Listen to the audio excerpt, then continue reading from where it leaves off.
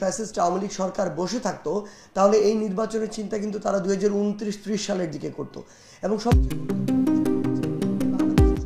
চলিত বছরে জুলাই আগস্টের মধ্যে জাতীয় সংসদ নির্বাচন অনুষ্ঠান সম্ভব, এ ব্যাপারে উদ্যোগ নিতে অন্তর্বর্তী সরকারের প্রতি আহ্বান জানান বিএনপির মহাসচিব মির্জা ফখরুল ইসলাম আলমগীর। আজ মঙ্গলবার 14 জানুয়ারি দুপুরে রাজধানীর গুলশান দলের চেয়ারপারসনের কার্যালয়ে এক সংবাদ সম্মেলনে বিএনপির মহাসচিব এই বক্তব্য দেন। তবে নির্বাচন নিয়ে বিএনপির মহাসচিবের এই বক্তব্যের প্রসঙ্গে একটি টেলিভিশনকে তাৎক্ষণিক প্রতিক্রিয়া জানান বৈষম্য বিরোধী ছাত্র আন্দোলনের সমন্বয়ক সার্জিস আলম।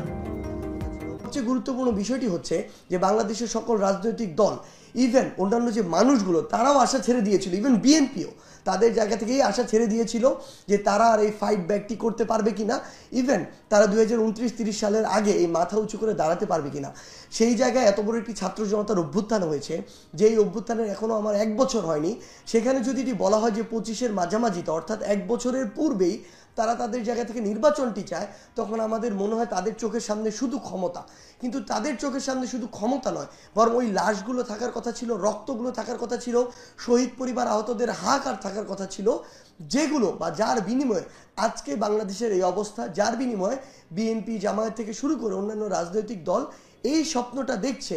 কিন্তু যখন তারা এই মাঝামাঝির কথা বলে, 25-এর মাঝামাঝি, 1 বছরের কম সময়, তখন আমাদের কাছে এটি অনেক ব্যথিত করে এবং আমাদের তাদেরকে প্রশ্ন করতে ইচ্ছা করে যে তারা কি আসলে ক্ষমতার বাইরে অন্য কিছু এই মুহূর্তে দেখতে পাচ্ছে কিনা, যে অন্তত যেগুলো প্রয়োজনীয় উপাদান একটি স্বচ্ছ নির্বাচনের জন্য, সেগুলোর সংস্কারের জন্য কোনোদিনও এই 25-এর মাঝামাঝি উপযুক্ত সময় হতে পারে না।